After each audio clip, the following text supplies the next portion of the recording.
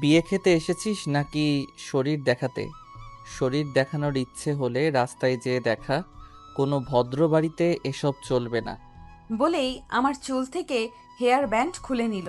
হুট করে এমন বাজে শব্দ কানে আসাতে পেছনে থাকা ব্যক্তিটির দিকে ঘুরে অবাক নেত্রে তাকিয়ে রইলাম।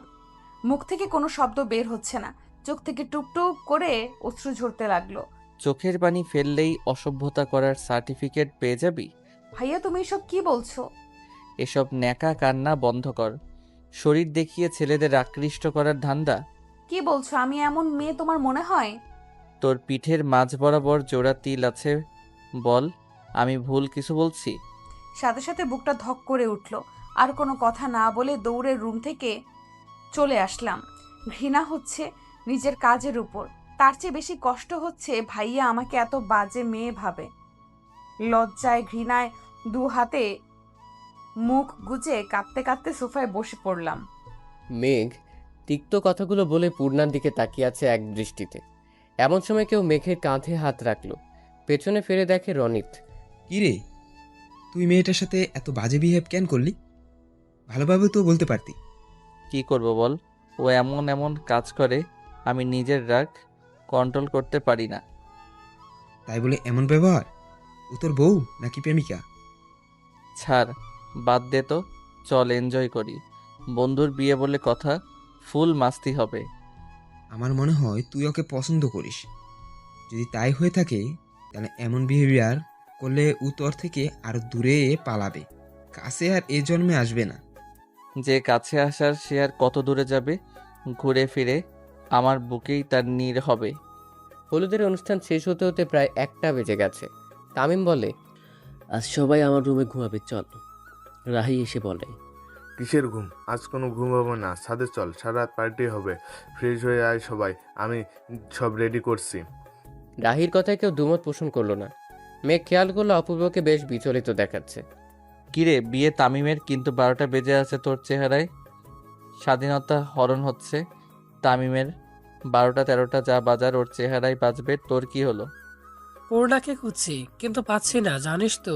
মা ওকে এতটা দূরে আসতে দিতে চাইনি, আমি জোর করে নিয়ে আসলাম। কি বলছিস তুই? হ্যাঁ, ঠিকই বলছি। কল দিচ্ছি, রিং হচ্ছে, অথচ রিসিভ করছে না। বাসায় চলে যাবে, তাও তো একা একা সম্ভব না। চিন্তা করিস না, এদিকেই কোথাও আছে হয়তো। তামিমের বোন রূপসাকে জিজ্ঞেস কর। জিজ্ঞেস করেছি, ওর সাথে নেই। বেশ খানিকক্ষণ আগে থেকেই নাকি ওর নজরে পড়েনি। তাহলে এক কাজ কর, ওদের বাসার সব রুম খুঁজে দেখ। তুই ডান দিকে যা, আমি বাম দিকে যাচ্ছি। খুঁজতে খুঁজতে হঠাৎ একটা রুমে যেয়ে স্বস্তির নিঃশ্বাস নিল মেঘ। সোফায় গুটিসুটি হয়ে শুয়ে আছে পূর্ণা। মোবাইল বের করে অপূর্বকে টেক্সট পাঠালো। ধীর পায়ে পূর্ণার সামনে বসে তার ঘুমন্ত মুখশ্রীর দিকে তাকিয়ে রইল মেঘ। আলতো হাতে পূর্ণার সামনের চুলগুলো কানের পিঠে গুঁজে দিল। মনে মনে বলতে লাগলো, সরি, তোমাকে কষ্ট দিয়ে ফেলেছি। বলে আলতো চুমু খেলো পূর্ণার কপালে। হুট করে কিছু একটা মনে পড়তেই চোখ জোড়া লাল বর্ণ ধারণ করলো। হাতের মুঠ শক্ত করে বলেই পূর্ণার পিঠে কামড় বসিয়ে দিল। ঘুমের মধ্যে তীব্র যন্ত্রণা অনুভব হতেই পূর্ণা চিৎকার দিল। সাথে সাথে মেঘ পূর্ণার মুখ চেপে ধরল। ভয়ে পূর্ণার শরীর কাঁপছে। আস্তে আস্তে চোখ খুলে সামনে তাকাতে আবছা আলোতে সামনে থাকা ব্যক্তির চেহারা দেখে আরো ভয় পেয়ে গেল। মেঘের ঠোঁটের কোণে রক্ত লেগে আছে, চোখ দুটো লাল বর্ণের। পূর্ণা নিজের হাত পিঠে নিতেই হতভম্ব হয়ে গেল। গলা শুকিয়ে কাঠ হয়ে গেছে। মেঘের হাত কিছুটা আলগা হতেই পূর্ণা কাঁপা কাঁপা কণ্ঠে বলে, মেঘ ভাইয়া, আপনি মানুষ না, আপনি ভ্যাম্পায়ার। পূর্ণার আওয়াজ শুনে মেঘের হুঁশ ফিরল। পূর্ণা চিৎকার করছে কিন্তু তার গলা দিয়ে কোনো শব্দ বের হচ্ছে না।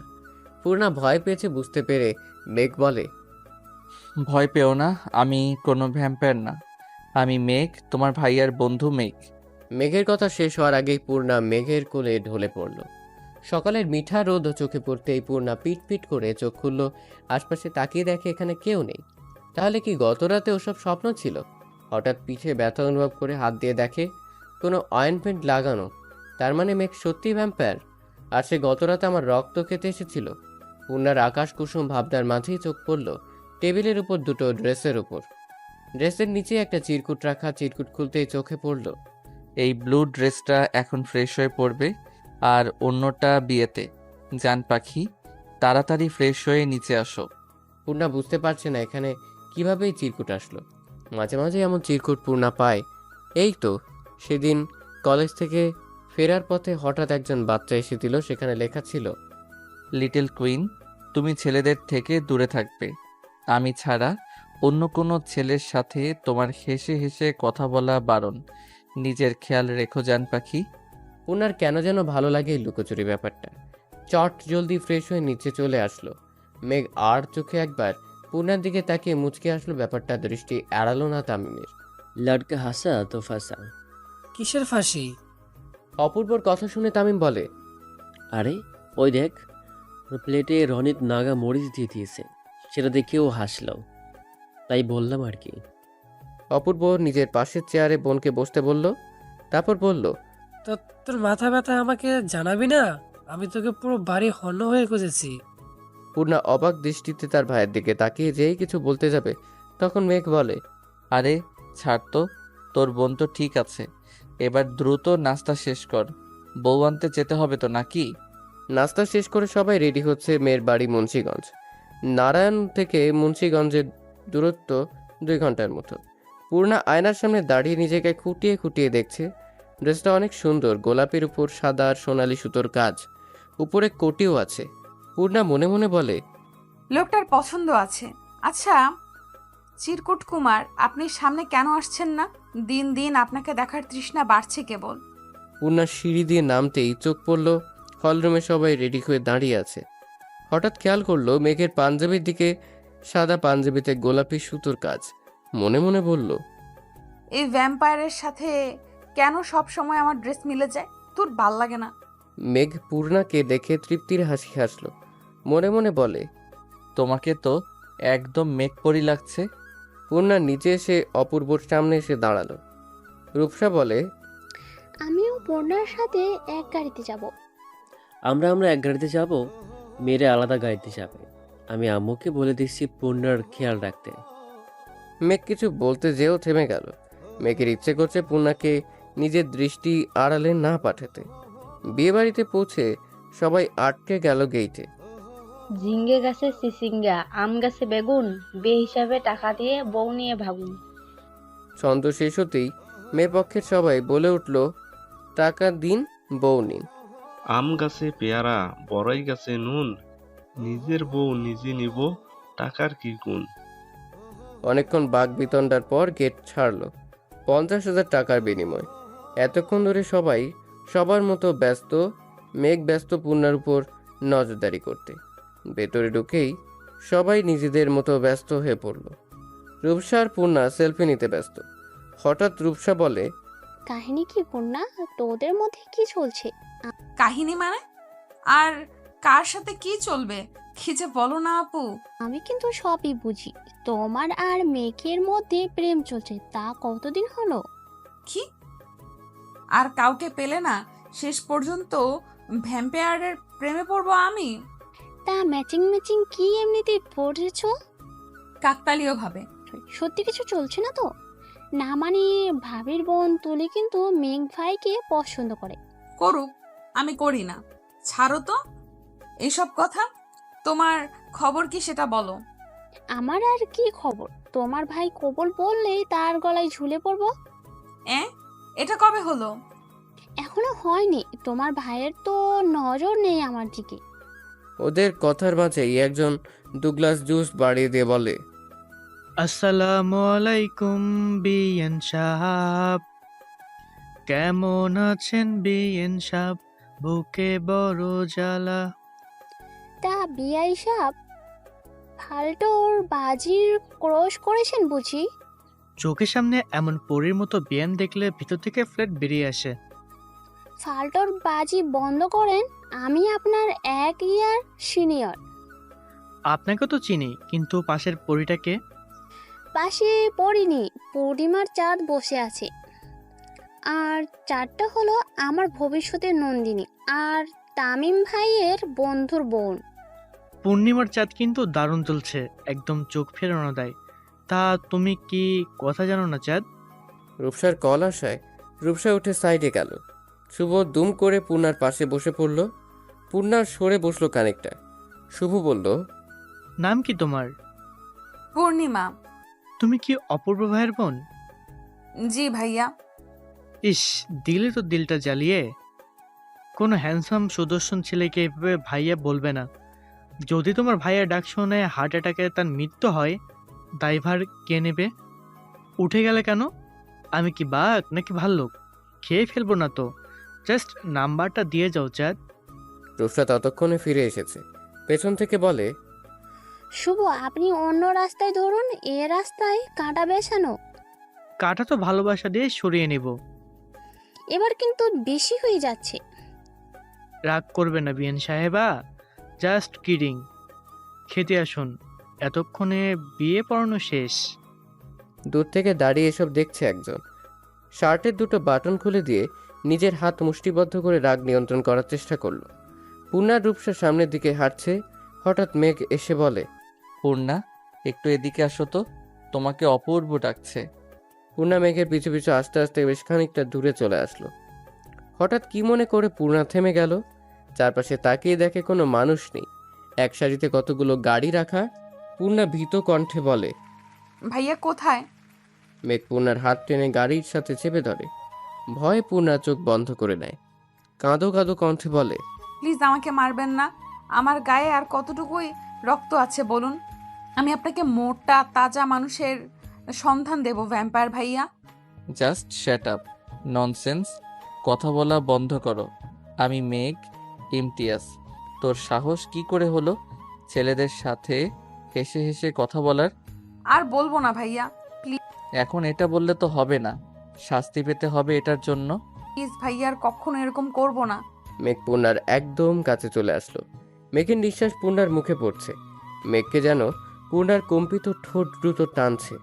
পূর্ণা চিৎকার করার আগেই মেঘ পূর্ণাকে ছেড়ে দিয়ে বলে, এরপর থেকে এরকম হলে কিন্তু কোনো রেহাই নেই। পূর্ণা কিছু না বলে ছাড়া পেয়ে দ্রুত সরে আসলো।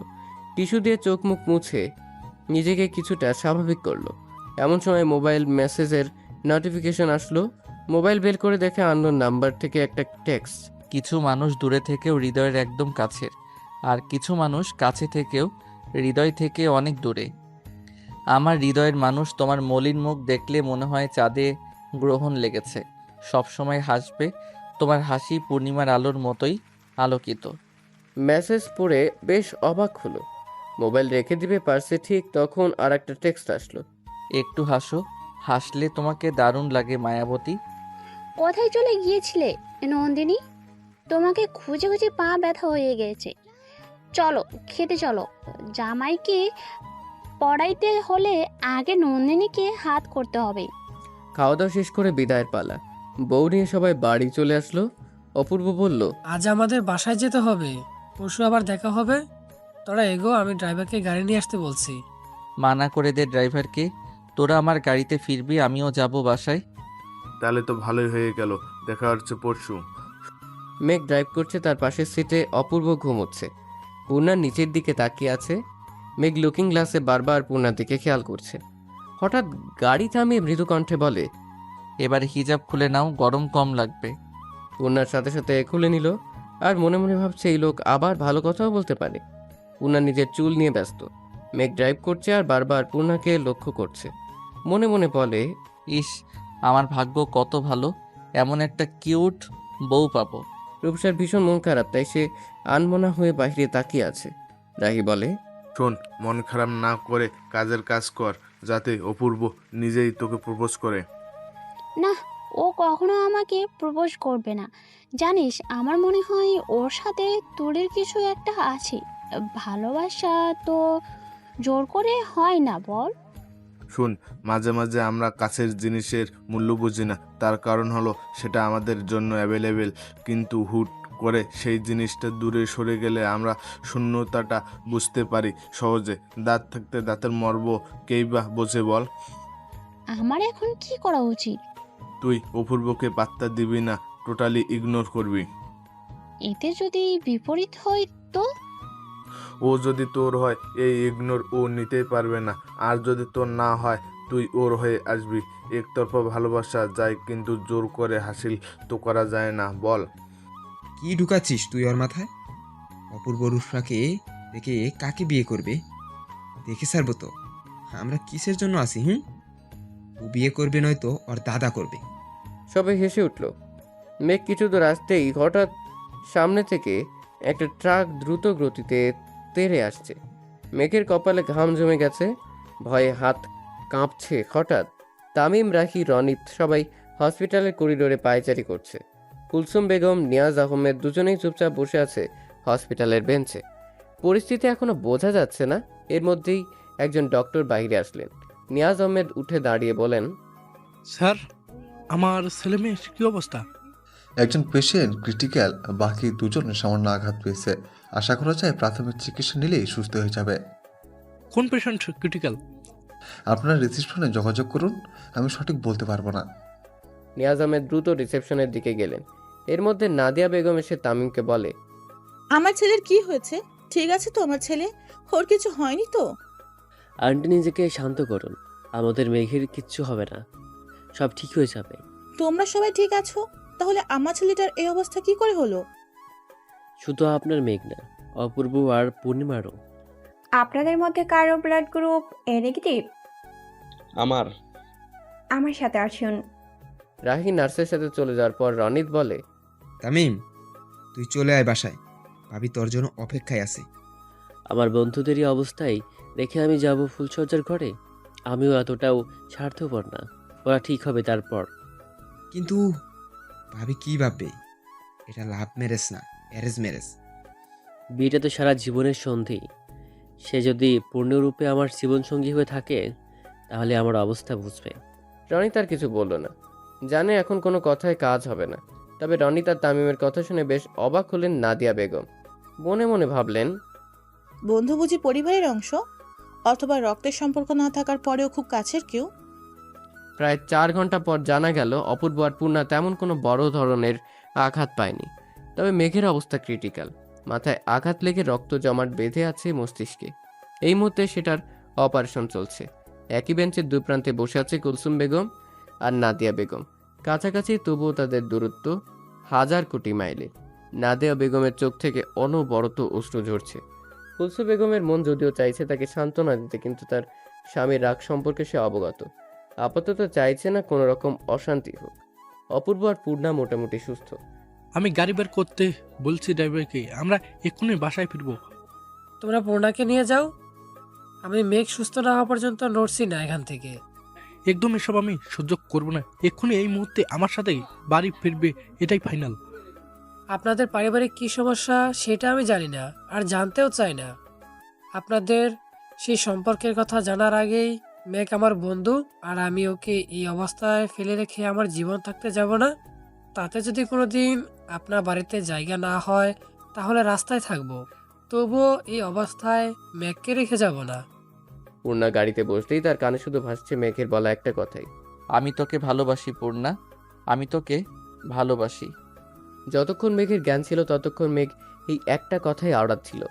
বাসায় এসে নিয়াজ আহমেদ একটা নাম্বার বের করে কল করলেন। রিং হতে হতে কেটে গেল, কেউ রিসিভ করছে না। পূর্ণা নিজের রুমে এসে শুয়ে রইল। চোখ বন্ধ করতেই চোখের সামনে ভেসে উঠল বিভৎস মুহূর্ত। হঠাৎ গাড়ির নিয়ন্ত্রণ হারিয়ে বৈদ্যুতিক খুঁটির সাথে ধাক্কা খায়। সাথে সাথে মেঘ ছিটকে বাহিরে পড়ে যায়। পূর্ণা এপাশ থেকে ওপাশে পড়ে মাথায় হাতে আঘাত পায়। অপূর্ব দরজা খুলে লাফ দিলে একটা দেয়ালের সাথে বাড়ি খেয়ে সেন্সলেস হয়ে যায়। শুধু পূর্ণার জ্ঞান ছিল, তবে এত রক্ত দেখে সহ্য করতে না পেরে সেও জ্ঞান হারায়।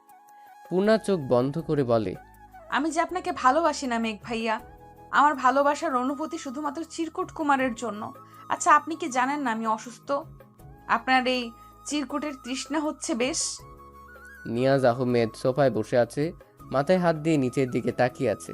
কুলসুম বেগম বলেন, অনেক তো হলো, এবার অন্তত পুরানো কথা ভুলে যাও। নিয়াজ আহমেদ উঠেই টেবিল থেকে ফুলদানি নিয়ে ছুঁড়ে ফেলে বলে, আমি নিজের সম্মানের কথা ভুলে যাব? আমি ভুলে যাব মাহমুদের জন্য আমার পরিবার কতটা অপমানিত হয়েছে? আমি কখনো ভুলবো না। কেউ না দিয়ে আমার কেউ না, ওর সাথে আমার কোনো সম্পর্ক নেই। প্রায় 8 ঘন্টা পর জ্ঞান ফিরল মেঘের। মেঘ দেখতে পেল নাদিয়া বেগম তার বেডের সামনে দাঁড়িয়ে আছে। মেঘ কিছু বলতে যাচ্ছিল, নার্স বলল, এখন কথা বলার চেষ্টা করবেন না, আর একটু সুস্থ হন তারপর কথা বলবেন। নাদিয়া বেগমের চোখ থেকে অনবরত অশ্রু ঝরছে। এর মধ্যেই বাহিরে চেঁচামেচির শব্দ শোনা গেল। নাদিয়া বেগম দ্রুত পায়ে বাহিরে আসলো। বাইরে এসে মাহমুদ সাহেবকে দেখে ভয় পেয়ে গেল। তুমি কি ভেবেছো তোমার ভাই আমার ছেলেকে হত্যা করার চেষ্টা করবে আর আমি বসে বসে আঙ্গুল চুষবো? শান্ত হও। আমার ভাই আর যাই হোক এমন জঘন্য কাজ কখনো করতে পারে না। এখনো ভাইয়ের গুণগান গাইছো? যদি প্রমাণ করে দিতে পারি তোমার ভাই এই কাজ করেছে, তাহলে কি তোমার ভাইয়ের বিপক্ষে সাক্ষী দিবে? ওই গাড়িতে তার নিজের 2 সন্তান ছিল, তাই আমার ছেলের জন্য না হোক নিজের ছেলে মেয়ের জন্য হলেও এমন কাজ কখনো করবে না। বোকা তুমি, এখনো বোকা।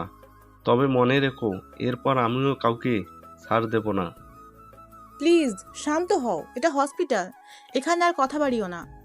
মাহমুদ সাহেব নাদিয়া বেগমের কাছে সে কানের কাছে মুখ নিয়ে বলে, আমার ছেলের জীবনের সাথে যে খেলেছে তাকে তো এত সহজে ছাড়ব না, হোক সে তোমার বাপ কিংবা ভাই।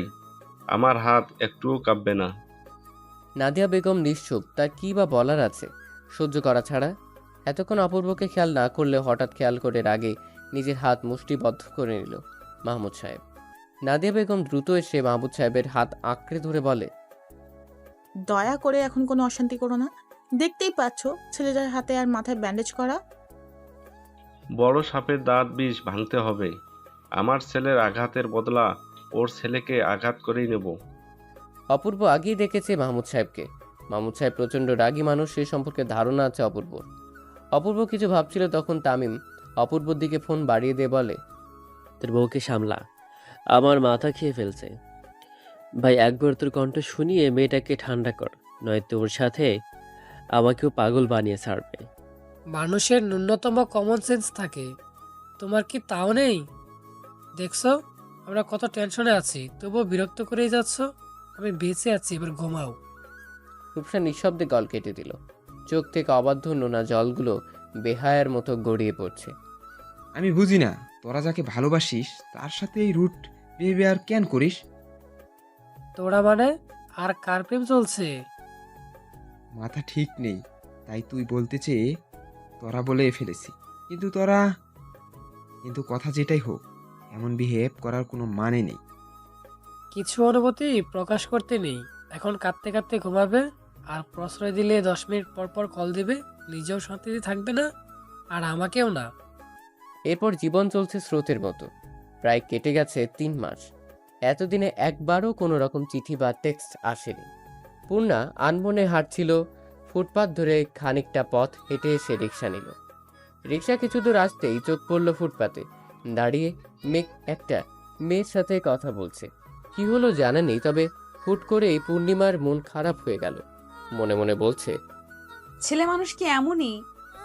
এই মাসখানেক আগে আমাকে প্রপোজ করলো, আমি রাজি হইনি, আর সাথে সাথে আরেক মেয়ে ঠিক করে নিল।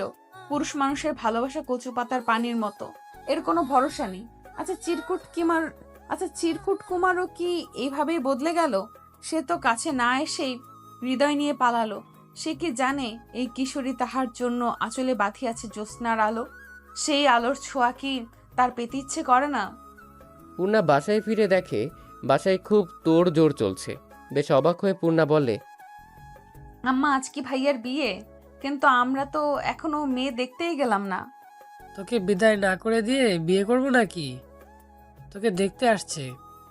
হ্যাঁ, আমাকে দেখতে আসছে মানে? আমি কি হাটের গরু নাকি চাইলে দেখা যাবে? তুই গরু না গাবি। এবার ফ্রেশ হয়ে কিছু খেয়ে রেডি হ, ওনারা চলে আসবে কিছুক্ষণের মধ্যে। ভাইয়া আম্মু এসব বিয়ে টিয়ে আমি করব না। সামনে আমার পরীক্ষা, কই পড়ার জন্য প্যারা দিবা তা না, উল্টো বিয়ের জন্য প্যারা দিচ্ছ। আমি এত তাড়াতাড়ি বিয়ে টিয়ে করবো না, বলে দিলাম। অপূর্ব যা বলেছে তাই করো। ছেলে ভালো, ছেলের পরিবার ভালো, তাই আমরা দ্বিমত করিনি। আর দেখতে আসলেই বিয়ে হয়ে যাবে না, এটা প্রাথমিক দেখা।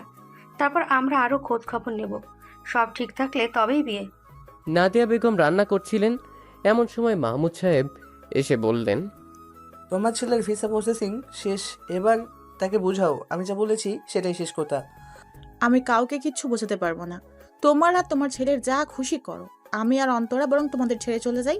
রোজ রোজ এই অশান্তি আমার ভালো লাগে না। ভাইকে দেখে মুখে বুলি ফুটেছে, এত কথা আমি বুঝি না। তোমার ছেলেকে কিভাবে বোঝাবে সেটা তোমার ব্যাপার। ছেলের বাপ তো আর এক বেড়া, ছেলে আমার একার না। আর তোমার যেমন তেজ, ছেলের কি কম হবে? ছেলের আরো কয়েক কাঠি বেশি। আমিও দেখবো ওই নিয়াজ আহমেদের মেয়ে আমার ঘরের বউ হয়ে কিভাবে আসে। আমি যেভাবে তোমার ঘরে এসেছি সেভাবে আসবে। কিছুতেই আমি ওই মেয়েকে এ বাড়িতে আসতে দেবো না। দরকার বললে খুন করব, তবু আসতে দেবো না। মানুষ বয়স হলে একটু নরম হয়, কিন্তু তুমি এখন সেই যৌবনকালের মতো তেজ আর জেদ দেখাচ্ছ। আমি কাউকে কিছু বলবো না, তোমাদের যার যেটা খুশি করো। অন্তরা ভার্সিটি থেকে ফিরে বাবা মায়ের ঝগড়া শুনে বলে, বাবা, আমি হোস্টেলে থাকবো। ভার্সিটি এত কাছে, এরপরও হোস্টেলে থাকবে মানে? মানে খুব সোজা, রোজ রোজ তোমার ঝগড়া দেখতে দেখতে বিরক্ত। তুমি বলতে পারবে শেষ কবে মায়ের সাথে ঠান্ডা মাথায় কথা বলছো? শেষ কবে তোমরা দুজনে আনন্দে ছিলে? সব মানুষ একটু শান্তি চায়। সারাদিন ইউনিভার্সিটি কোচিং সব শেষ করে বাসায় এসে তোমাদের অশান্তি দেখতে হয়। এইসব আর ভালো লাগছে না। এই যে হোস্টেলে থাকবো সেটাই ভালো। তুই রুমে যা মা, আমি তোর জন্য ঠান্ডা ঠান্ডা শরবত করে নিয়ে আসি। মা, কতদিন এসব সহ্য করবে? এসব সহ্য করার জন্য নিজের পরিবার ছেড়ে এসেছিলে? মারে, নিজের সংসার যেদিন হবে সেদিন বুঝবি কেন সহ্য করি।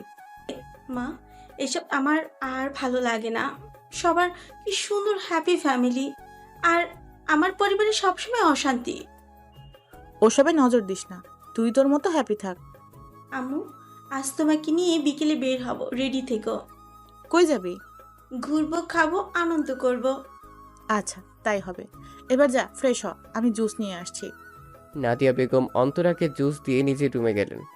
মাহমুদ সাহেব নাদিয়া বেগমকে দেখেই বলে, তুমি তো এটাই চেয়েছিলে। কিসের কথা বলছো? ছেলে মেয়েকে আমার থেকে দূরে সরিয়ে দিয়েছো, ওরা নিজের বাবাকে ঘৃণা করে, অপছন্দ করে। এসব তুমি কি বলছো? তোমার জন্য আমি নিজের সব ছাড়লাম, আর তোমাকে আমি তোমার সন্তানদের থেকে দূরে সরিয়ে দিব? ওরা তোমার নিজের সন্তান, কিন্তু তোমার কিছু ভুলে এই দূরত্ব তৈরি হয়েছে। কতবার বলেছি ছেলে মেয়ের সামনে কোনো রকম তর্ক করবে না। ওরা বড় হয়েছে, এখন সবটা বুঝতে শিখেছে, এখন আর ছোট নেই, তাই আমাদের এখন বুঝতে হবে ওদের। মেঘ একটার পর একটা সিগারেট শেষ করছে। অর্পা এসে মেঘের হাত থেকে সিগারেট নিয়ে ফেলে দিয়ে বলে, তোর কি দেবদাস হওয়ার শখ জেগেছে? তাহলে এখানে বসে না থেকে কোনো বারে যা। অর্পা, তুই তোর কাজে যা, আমাকে ডিস্টার্ব করিস না। করব, 100 বার করব। তুই কি দেখতে খারাপ নাকি? তোর কোন দিক দিয়ে কমতি আছে? তাহলে কেন একটা মেয়ের জন্য নারায়ণগঞ্জের দেবদাস হচ্ছিস? মেঘের কমতি নেই, তবে যাকে ভালোবাসি তার কমতি আছে। আমি নিজের ভালোবাসার মানুষকে অন্যের হতে কিভাবে দেখব? ইয়ার বাদ দে না, একটা যাবে আরেকটা আসবে, আবার কারো প্রতি ভালোবাসা জন্মাবেই। ভালোবাসা এত সহজ না। প্রেমে পড়া সহজ, প্রেম বারবার আসে, কিন্তু ভালোবাসা একবার আসে আর নিঃস্ব করে দিয়ে যায়। তোর যা ইচ্ছে কর, কিন্তু কোনো রকম নেশা করা চলবে না। এক কাজ কর, তোদের সব ফ্রেন্ডদের নিয়ে ট্যুরে যা। তুই শ্বশুরবাড়ি কবে যাচ্ছিস? তোদের বাসায় যাইনি, খবর পেয়ে তোকে দেখতে আসলাম। আমি শ্বশুর বাড়িতেই ভালো আছি। দেখলি, তুইও ওই বাসায় যেতে চাইছিস না, অথচ মেয়েরা বিয়ের পর বাবার বাড়িতে যাওয়ার জন্য পাগল থাকে। ভাই, তুই ওঠ আর বাসায় যা, নয়তো তামিম, রাহি, রনিত কারো বাসায় যা। বাসায় যেতে পারি এক শর্তে। কিসের সত্য? তুই আমার কলিজার টুকরো আয়রাকে নিয়ে বাসায় আসলে তবেই যাব। তাহলে আমার সাথেই চল, আয়রা গাড়িতেই আছে। চল তাহলে, আর দেরি কিসের? জানিস, আমার মন টানে না তা কিন্তু নয়, আমারও ইচ্ছে করে বাসায় আসতে, কিন্তু বাসায় এত ঝগড়া দেখতে ইচ্ছে করে না। এত সুন্দর সুখী ফ্যামিলি, তবুও রোজ রোজ অশান্তি। আর তুই ভালোবাসার আর মানুষ খুঁজে পেলি না। এই সম্পর্ক কখনো পূর্ণতা পাবে না। ওর বাবা আর আমার বাবা সাপ আর বেচি। আমার কি দোষ বল? আমি কি জানতাম নাকি বাবার জাতশত্রুর মেয়েকে মন দিয়েছি? একটা কথা বল, এখানে মামার রাগ দেখানো মানা চাই। তাদের এত অসম্মান হয়েছে, কিন্তু বাবার রাগটা বেমানান। নাকও কাটালো, আবার রাগও দেখায়। তার কি উচিত ছিল না মামা আর নানা ভাইয়ের কাছে ক্ষমা চাওয়া? অথচ এখনও কত ইগো ধরে বসে আছে, আর আম্মুর সাথে রোজ রোজ সেটা নিয়েই ঝগড়া। আর ছোটবেলায় কি বলেছে, আম্মু নাকি অনাথ। মাঝখান থেকে আমারও নানা বাড়ির আদর থেকে বঞ্চিত হলাম। জানি না কি হবে ভবিষ্যতে, তবে পূর্ণাকে না পেলে আমি দেবদাস হব। পূর্ণা মন খারাপ করে বসে আছে। কি হচ্ছে তার বোধগম্য হচ্ছে না। কথা নেই বার্তা নেই হুট করে দেখতে চলে আসছে অপূর্ব পূর্ণার রুমের দরজা নক করে বলে, কিরে আসবো? পূর্ণা কোনো উত্তর দিল না। আচ্ছা চলে যাচ্ছি। আসো। মন খারাপ কেন করেছিস? তোর কি কোনো পছন্দ আছে? থাকলে আমাকে বল, আমি খোঁজ নিয়ে দেখি ছেলে কেমন। পূর্ণা মনে মনে বলে, যাকে মন দিয়েছি তাকে তো নিজেই চিনি না। সে কেন আমার সাথে এমন ছল করলো? আমার শূন্য হৃদয়ে ভালোবাসার বীজ বপন করে কেন সে আড়ালে হারালো? কোন রকম সংকোচ ছাড়া বলে ফেল। আমাদের কাছে সবার আগে তোর খুশিটা ম্যাটার করে। নেই, আমার কোনো পছন্দ নেই, তবে আমি বিয়ে করতে চাইছি না এত তাড়াতাড়ি। এতটুকুই কারণ? সত্যি কোনো পছন্দের মানুষ নেই তো? হ্যাঁ আছে। কে সে? নাম কি? কিরে কোথায় থাকে? একসাথে এত প্রশ্ন জিজ্ঞেস করলে কিভাবে বলবো?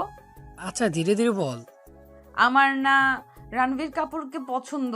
তুমি আলিয়ার থেকে কেড়ে আমাকে এনে দাও, নয়তো পাকিস্তানের বিলালকে এনে দাও। একটা হলেই চলবে। তবে রে বাদর কোথাকার। ভাইয়া, আমি এত তাড়াতাড়ি বিয়ে করতে চাইছি না। যদি বিয়েই দিবে তাহলে সায়েন্স নিয়ে কেন পড়ছি? আমি কিছু করতে চাই, ওই সুযোগটুকু দাও আমাকে। আতিফ ভালো ছেলে, আর তাছাড়া আঙ্কেলের সাথে বাবার সম্পর্ক ভালো তো, তাই মানা করতে পারিনি। তবে তুই না চাইলে বিয়ে বাতিল। তারা আসছে আসুক, কিন্তু বিয়েটি হচ্ছে না। সত্যি সত্যি তুই আমাদের প্রিন্সেস, তাই তোর খুশি সবার আগে। অপূর্ব চলে যেতেই পূর্ণা বলে, আপনাকে খোঁজার জন্য চেষ্টা করব চিরকুট কুমার। খুঁজে না পেলে বাবা মায়ের পছন্দে যে কাউকে বিয়ে করে নেব। পূর্ণার ভাবনার মাঝেই পরপর মেসেজ নোটিফিকেশন বেজে উঠল। পূর্ণার হৃৎপিণ্ড যেন দ্রুত চলাচল করা শুরু করলো। কোনো মতে মোবাইলটা হাতে নিয়ে টেক্সট বক্স ওপেন করলো। তুমি খুব সহজে অন্যের জন্য নিজেকে গুছিয়ে নিলে। আচ্ছা, আমার জন্য কি তোমার বিন্দু পরিমাণ ভালোবাসা জন্মায়নি? তবে তুমি সুখে থাকলে আমার কোনো আপত্তি নেই, কারণ আমি দূর থেকে তোমাকে ভালোবাসি। হয়তো কাছ থেকে তুমি অন্য কাউকে ভালোবাসো। ভালো থেকো আমার আধার রাতের পূর্ণিমা। পূর্ণিমা মোবাইল রেখে দিয়ে বলে, সাহস করে সামনে আসে না, আবার টেক্সট। আবার পূর্ণিমার ফোনটা সশব্দে বেজে উঠল। এবার কল এসেছে। পূর্ণা সাথে সাথে রিসিভ করলো। রিসিভ করে কানের সামনে তুলেই বলে, আড়ালে থাকলে তো হারাতেই হবেই, পেতে হলে কাছে আসতে হবে। ওপাশ থেকে কেউ কর্কশ কণ্ঠে বলল, তোর সাহস কি করে হয় অন্য ছেলের জন্য সাজার? তুই আমার মানে শুধুই আমার। পাখা গজিয়েছে তোর? কিভাবে পাখা ছেটে দিতে হয় তা মেঘের জানা আছে। মেঘ ভাইয়া তুমি? কেন, তোর কি আর কোনো আশিক আছে? তুই কি তাকে ভেবেছিলি?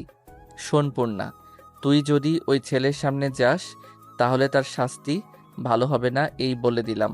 আমার বউকে এভাবে কেউ দেখতে পারবে না।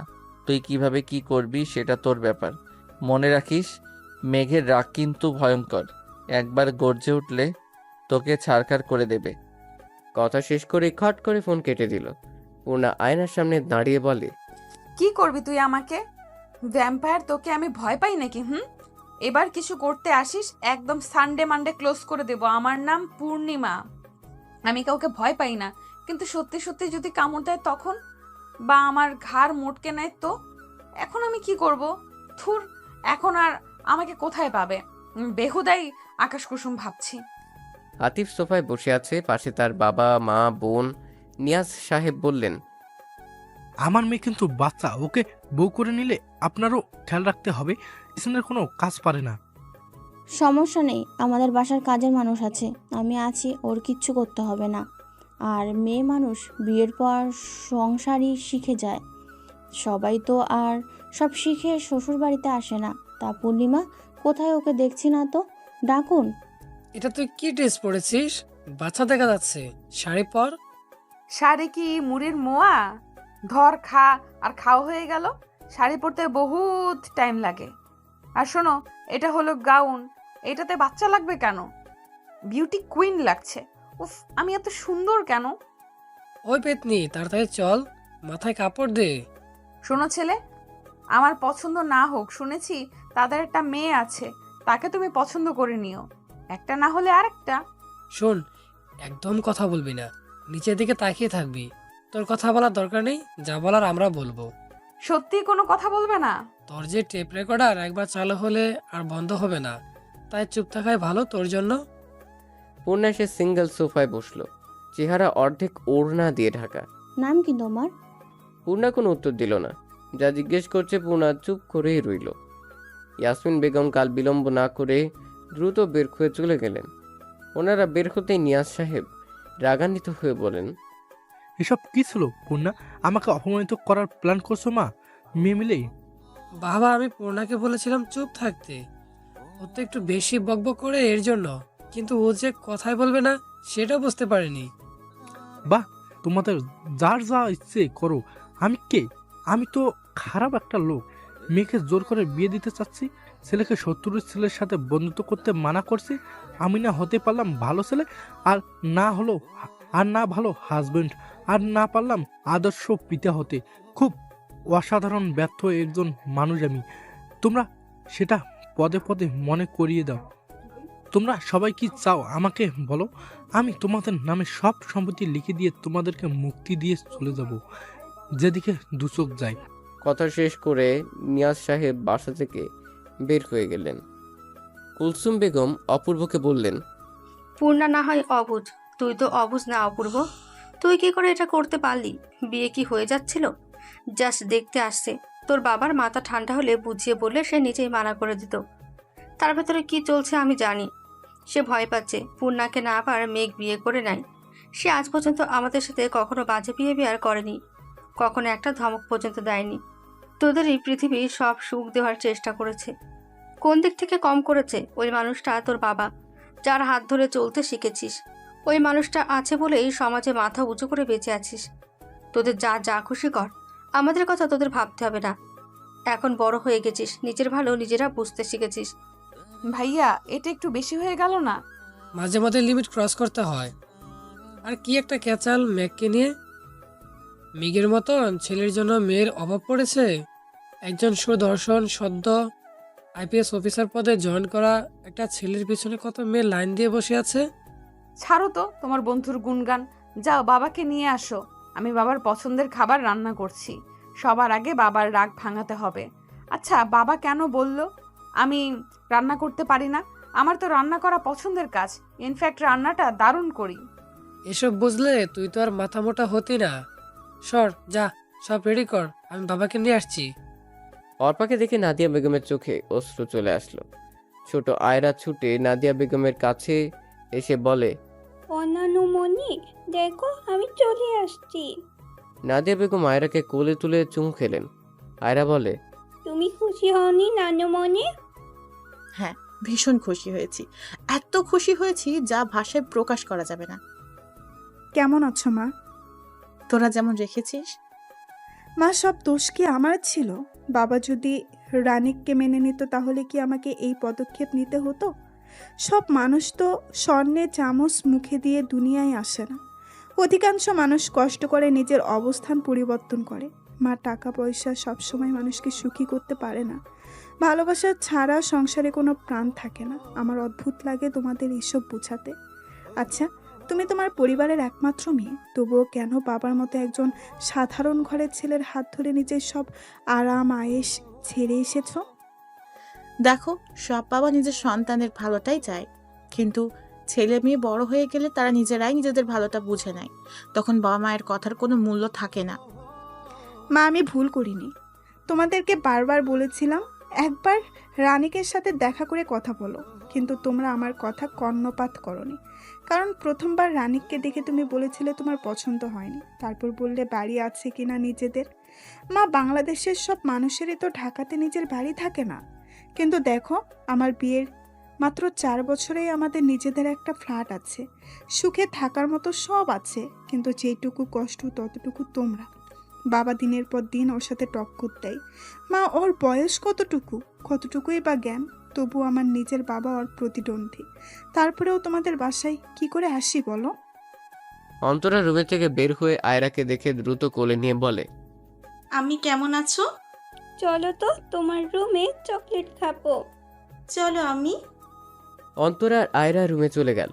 মেঘ বলে, অর্পা, এসব পুরনো কাহিনী বাদ দে। যা নিজের রুমে যে ফ্রেশ হ। আর আম্মু, ওর জন্য আর আইরুর জন্য কিছু হালকা নাস্তা করে দাও। আমি ফ্রেশ হয়ে ঘুমাবো। এই যে অর্পা, রাতে কিন্তু তন্দুরি চিকেন পার্টি হবে। রাগ ফাগ করে আবার চলে যাস না। বাবা মায়ের সাথে রাগ করে কী লাভ? এর চেয়ে আয়রাকে যেমন ভুল করলে ক্ষমা করে দিস, তাদেরকেও ক্ষমা করে দে। অর্পা কথা না বাড়িয়ে নিজের রুমে গেল। মেঘ নিজের রুমে এসে শার্ট খুলে বিছানার উপর রাখলো। প্যাড খুলে 3/4 প্যাড পরলো। বেডে সোজা হয়ে শুয়ে পড়লো। হঠাৎ মনে পড়লো পূর্ণার কথা। চোখ খুলছে আর বন্ধ করছে। এমন করতে করতে কখন যেন ঘুমিয়ে পড়লো। পূর্ণার নিজের হাতে কাচ্চি বিরিয়ানি, জালি কাবাব, চিকেন ফ্রাই, ক্যাশনাট সালাদ রান্না করলো। সবকিছু শেষ করে হালকাভাবে রুম ডেকোরেশন করলো। এর মধ্যে অপূর্ব নিয়াজ সাহেবকে নিয়ে বাসায় ফিরল। পূর্ণা যে নিয়াজ আহমেদের হাত ধরে বলে, বাবা মানে হাজার বিকেল আমার ছেলেবেলা, বাবা মানে রোজ সকালে পুতুল পুতুল খেলা। প্লিজ বাবা, রাগ করো না। রাগলে তোমায় একটুও মানায় না। এবারের মতো ক্ষমা করে দাও, ওরাই তো আমাদের সব। নিয়াজ সাহেব বেশিক্ষণ নিজের রাগ ধরে রাখতে পারলেন না। অপূর্বর কান টেনে বলে, সব দোষ তোর, আর হবে এমন কিছু? কখনোই হবে না। তবে হ্যাঁ, পূর্ণার বিয়ের কথা এসএসসির পর ভাববে। তাহলে এখন তোর বিয়ের কথা হবি? বাবা, ভাবতেও হবে না, কারণ আমার ভাবি আমি পছন্দ করে রেখেছি। শুধু তোমরা যাবে আর টুক করে নিয়ে চলে আসবে। তা কাকে পছন্দ হলো আম্মাজান? রূপসা আপুকে। ভাইয়ার ভার্সিটিতে পড়ে, এক ব্যাচ জুনিয়র। যেমন মিষ্টি তেমন ভালো, মানে এক কথায় ডায়াবেটিক্স মুক্ত মিষ্টি, যাতে ক্ষতিকর কোনো কিছুই নেই। তা তোরা দুজন মিলে ঠিক করলে হবে? আমাদেরকেও বলতে হবে তো নাকি? এই যে বলে দিলাম, এবার তাড়াতাড়ি ভাবিকে নিয়ে আসো। কালকেই তোর মা আর আমি যে বিয়ের পাকা কথা বলে আসবো। মেয়ের জামাই না আসুক, অন্তত ছেলের বউ তো আসুক। আচ্ছা, তোমরা কি এখন কথাই বলবে নাকি গরম গরম কাচ্চিও খাবে? কুলসুম বেগমের কথা শুনে নিহাজ সাহেব বললেন, নিশ্চয়ই এটা আমার ছোট মেয়ের কাজ। হ্যাঁ, এটা আমার কাজ। এবার তাড়াতাড়ি টেস্ট করে বলো কেমন হলো। এই সাথে তুলনা হবে না। মায়ের হাতের রান্না পৃথিবীর সেরা রান্না। সবাই আনন্দ করে খাচ্ছিল। তখন কলিং বেল বেজে উঠল। অপূর্ব বলে, রনি তার মাহি এসেছে। ওরা যে শুনেছে কাচ্চির কথা, দেখো হাজির। তোমরাও খাও, আমি দরজা খুলে দিচ্ছি। অপূর্ব দরজা খুলে মেঘকে দেখে হতভম্ব। কিরে তুই? বাবা তো বাসা, এখন কি করব? তো আমাকে রেখে আনন্দ করবি তোরা, আর আমি বাসায় বসে কাচ্চির প্রশংসা শুনবো, তাই চলে আসলাম। এবার বল, হিটলার আঙ্কেল কোথায়? তার চোখ ফাঁকি দিয়ে তোর রুমে ঢুকতে পড়তে পারলেই হলো। সাবধান, ঢুকে পড়, আমি ম্যানেজ করে দিচ্ছি। কি রে, তুই ওদের দরজার সামনে দাঁড় করিয়ে রেখেছিস কেন? ভেতরে নিয়ে আয়, একসাথে খাই সবাই মিলে। না মা, তার দরকার নেই, তোমরা খাও। আমরা রুমে বসে একসাথে খাবো। আমি ওদের রুমে নিয়ে যাচ্ছি। বড্ড বেঁচে গেলাম। এমনিতেই পাপা আজ রেগেছিল। কেন? সবাই বলল অপূর্ব। অপূর্ব কথা শুনে সবাই হেসে বলে, যাক, রাস্তা ক্লিয়ার হলো। তবে কিসের রাস্তা? তোর বিয়ের রাস্তা শালা। তলে তলে বেবি ট্যাক্সি চালাও, আর আমরা কইলেই হরতাল। কতবার জিজ্ঞেস করেছি, কিরে তোর সাথে কি রূপসার কিছু চলছে? কি সুন্দর করে বলে, আরে এসব প্রেমের ড্রাইভারি করার সময় নেই। আর এখন দেখি সে মাস্টার। চুপ করতো তোরা। মেঘের কথা শুনে সবাই চুপ হয়ে গেল। মেঘ বলল, আমরা এসেছি খেতে, আগে কাচ্চি খাই, তারপর ওর ক্লাস নিচ্ছি। অপূর্ব, যা খাবার নিয়ে আয়। আমি পূর্ণাকে বলে রেখেছি, ওর খাওয়া শেষ হলেই নিয়ে আসবে। চল কাচ্চি, আস্তে আস্তে এক গ্রান লুডো খেলা হয়ে যাক। তামিমকে মিস করছি, বেচারা বইয়ের জালে আটকা পড়ে গেছে। তোরা খেল, আমি একটু রেস্ট করি। বলে বেডের পাশে সিঙ্গেল সোফায় শার্টের সব কটা বাটন খুলে শুয়ে পড়ল। ওরা তিনজন লুডো খেলায় মগ্ন। একটু কারো চোখ এদিক সেদিক হলেই রাখির চোরামি করবে। বাকির অভ্যাস এটা। তাই অপূর্ব তার রনিত পুরো মনোযোগ দিয়ে খেলছে। হঠাৎ করে খাবারের ট্রে নিয়ে পূর্ণার রুমে ঢুকে। পূর্ণার আওয়াজ পেয়ে অপূর্ব বলে, খাবার টেবিলে রেখে যা। ঘাড় ঘুরিয়ে তাকালো না, শুধু কোনো মতে মুখ দিয়ে বলল, পূর্ণা খাবার রাখে সামনে তাকিয়ে দেখে মেঘের উন্মুক্ত বক্ষ। একবার তাকিয়ে দেখে সরিয়ে নিয়ে ওরা তিনজন তো খেলছে, তাহলে এটা কে? পূর্ণার সামনে তাকিয়ে দেখে মেঘ এক দৃষ্টিতে পূর্ণার দিকে তাকিয়ে আছে। পূর্ণার বুক ধুক করে উঠল। মনে পড়ে গেল মোবাইলে দেওয়া থ্রেড। পূর্ণা অপূর্বকে ডাকবে তার আগেই মেঘ পূর্ণাকে টান দিয়ে নিজের কোলে বসালো। মেঘ পূর্ণাকে নিজের সাথে মিশিয়ে নিল। পূর্ণার পিঠ মেঘের বুকের সাথে লেপ্টে আছে। পূর্ণা কেঁপে উঠল। কোনো মতে মৃদু কণ্ঠে বলল, কি করছেন? ছাড়ুন। নিজের বউকে কেউ ছাড়ে? কে বউ? কিসের বউ? আমি কিন্তু চিৎকার করব। একটু জোরে চিৎকার করবা, যাতে তোমার আম্মুর কান পর্যন্ত আওয়াজ যায়। প্লিজ ছাড়ুন। নিজের তো লজ্জা নেই, তাই বলে আমার লজ্জা খাবেন? লজ্জা খেতে সেই টেস্ট, তবে তার সাথে নুন মরিচ হলে আরো ভালো হতো। ছাড়ুন, কেউ দেখে ফেলবে তো। কেউ আমার বউকে যখন দেখে গেল, তখন আমি চাই সবাই এভাবে আমাদের দেখুক আর ধরে বিয়ে দিয়ে দিক। কিরে পূর্ণা, তুই কি করছিস? পূর্ণা মেঘের পাশে বসে বুক ধুকপুক করছে। কি বলবে অপূর্বকে? ও আইডার পিক দেখছিল আমার ফোন থেকে। সর, যা নিজের রুমে। এত দেখার শখ হলে আমি তোকে অর্পারপুর বাসায় নিয়ে যাব, সরাসরি দেখিস। এখন নিজের রুমে যেয়ে পড়তে বস। পূর্ণা যেন এই কথার অপেক্ষাই ছিল। দ্রুত বের হয়ে নিজের রুমে চলে আসলো। নিজের রুমে দরজা বন্ধ করে দরজায় হেলান দিয়ে জোরে জোরে নিঃশ্বাস দিচ্ছে। আচ্ছা, এই লোকটা এমন কেন? সে কি বোঝে না তার স্পর্শ আমাকে কেমন এলোমেলো করে দেয়? পূর্ণা, তুই কি দুই নৌকার মাঝি? তোর চিরকুট কুমারকেও চাই, আবার মেঘকেও ভালো লাগে। পূর্ণার মনের কথা শুনে বলে, ছি, না না, পূর্ণার মনে শুধু একজন আছে। আচ্ছা, সেই একজনটা কে? এবার তাকে খুঁজে বের করতেই হবে। আপনি আড়ালে বসে আমাকে দ্বিধায় কেন ফেলছেন চিরকুট কুমার? আমার এই হৃদয় যে বারবার অগোছালো হচ্ছে, আমি স্থির করতে পারছি না তাকে। মেঘ সোফায় হেলান দিয়ে বসে মিটমিট করে হাসছে। আচ্ছা, পূর্ণা কি কখনো বুঝবে দুটো মানুষ একই সত্তা? বুঝলে কি ও নিজে থেকে আমাকে ভালোবাসবে, নাকি ভুল বুঝে সরে যাবে? সরে আর কই যাবে? ভালো যখন বেসেছি, তুলে নিয়ে বিয়ে করব। পূর্ণা শুয়ে আছে, মনের মধ্যে কেমন একটা অস্থিরতা। হঠাৎ মেসেজ টোন বেজে উঠল। মোবাইল হাতে নিয়ে মেসেজ ওপেন করে দেখে, তুমি আমার সদ্য ফোটা বেলি, যার শুভ্রতা আর মাতাল করা ঘ্রাণে রোজ মরি আমি। পরপর আরও 3টে টেক্সট আসলো। পূর্ণা রিপ্লাই করলো, আড়ালে স্বপ্নের জাল বুনলে সে স্বপ্নও পূর্ণতা পায় না। ভালোবাসলে দূর থেকে নয়, কাছে এসে বলতে হয় ভালোবাসি প্রিয়। আপনার প্রতি অনুভূতিকে আমি ভালোবাসা বলবো নাকি ভালো লাগা জানা নেই, তবে কালের বিবর্তনে আপনিও হবেন কোনো অতীত। এই প্রথমবার পূর্ণার রিপ্লাই। মেঘ বেশ খানিকটা সময় মেসেজের দিকে তাকিয়ে থেকে বলে, তুমি তো সদ্য ফোটা বেলি নও, তুমি হলে পূর্ণাঙ্গ পূর্ণিমা। তা ভাই, তুই কবে থেকে একা একা কথা বলতে শিখেছিস? আরে ও মামা, বুঝিস না, প্রেমে পড়লে মানুষ কত কি করে। থাম তোরা, দেখ তো ওর মাথায় কোনো গন্ডগোল আছে নাকি? পাবনায় সিট বুকিং দিতে হবে নাকি? এসব কিছুই করতে হবে না, বিয়ে করতে হবে, বুঝলি? এই, কবে বিয়ে করেছিস? কাকে বিয়ে করেছিস? আমাদের প্ল্যান অনুযায়ী তুই বিয়ে করবি রাজশাহীতে। মামা, তুই নিজে বিয়ে করছিস ঘরের চিপায়, আর মেঘকে বলছি রাজশাহী।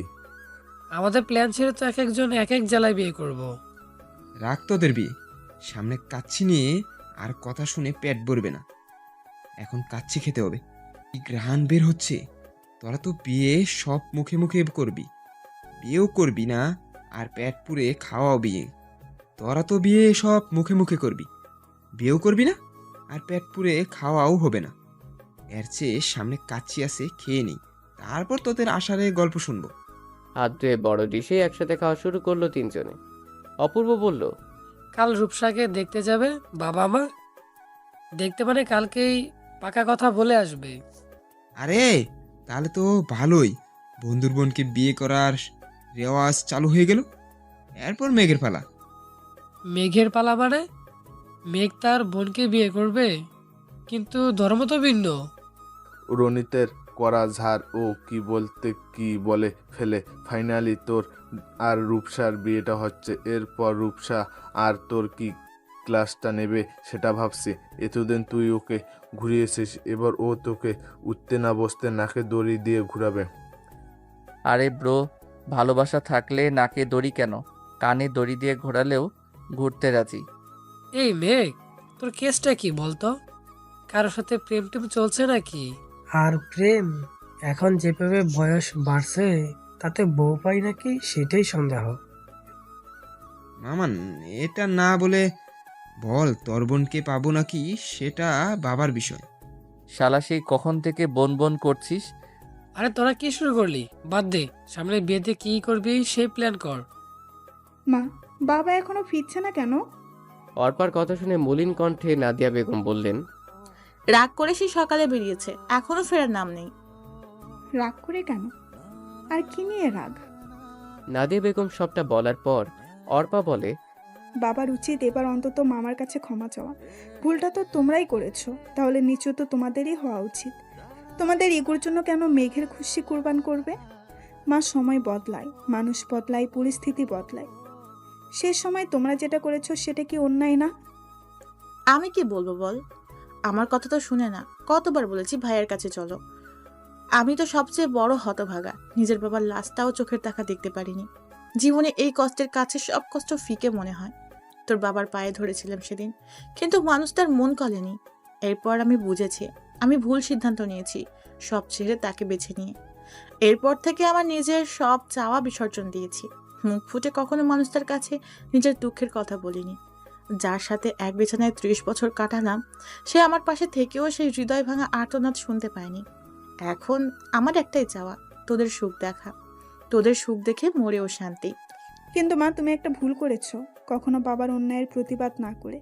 সে যখন যা ইচ্ছে বলেছে, তুমি রিমোট কন্ট্রোল পুতুলের মতো তাই করেছো। এর জন্য বাবা নিজের ভুল কখনো বুঝতে পারেনি। এবার নিজের ছেলের জন্য একটু প্রতিবাদী হও। কি করব বল? আমি কখনো কারো মুখের উপর কথা বলতে পারি না। এবার এক কাজ করো, বাবার নাম্বার ব্লক করে দাও। এরপর যখন বাসায় আসবে, রিনাকে দিয়ে বাবার খাবার দিবে। তুমি বাবার সাথে কথা বলবে না। তারপর বাবা যখন তোমাকে কিছু জিজ্ঞেস করবে, তখন তুমি মেঘকে ডেকে আনবে। তারপর আমি যা যা শিখিয়ে দিচ্ছি সেরকম ভাবে কথা বলবে। জানি এত সহজ না কাজটা, তবুও চেষ্টা তো করতে হবে। তোমরা একা একা প্ল্যান করছো, আমিও আছি তোমাদের সাথে। এবার বাবাকে বাগে আনবই। বলে তিনজনে হাত মেলালো। নাদিয়া বেগম সোফায় বসে আছে, মাহমুদ সাহেব বেডে। কি শুরু করলে তুমি? এসব তোমাকে মানাই? কি যে কাজটা আরো আগে করা দরকার ছিল সেই কাজটাই করেছি।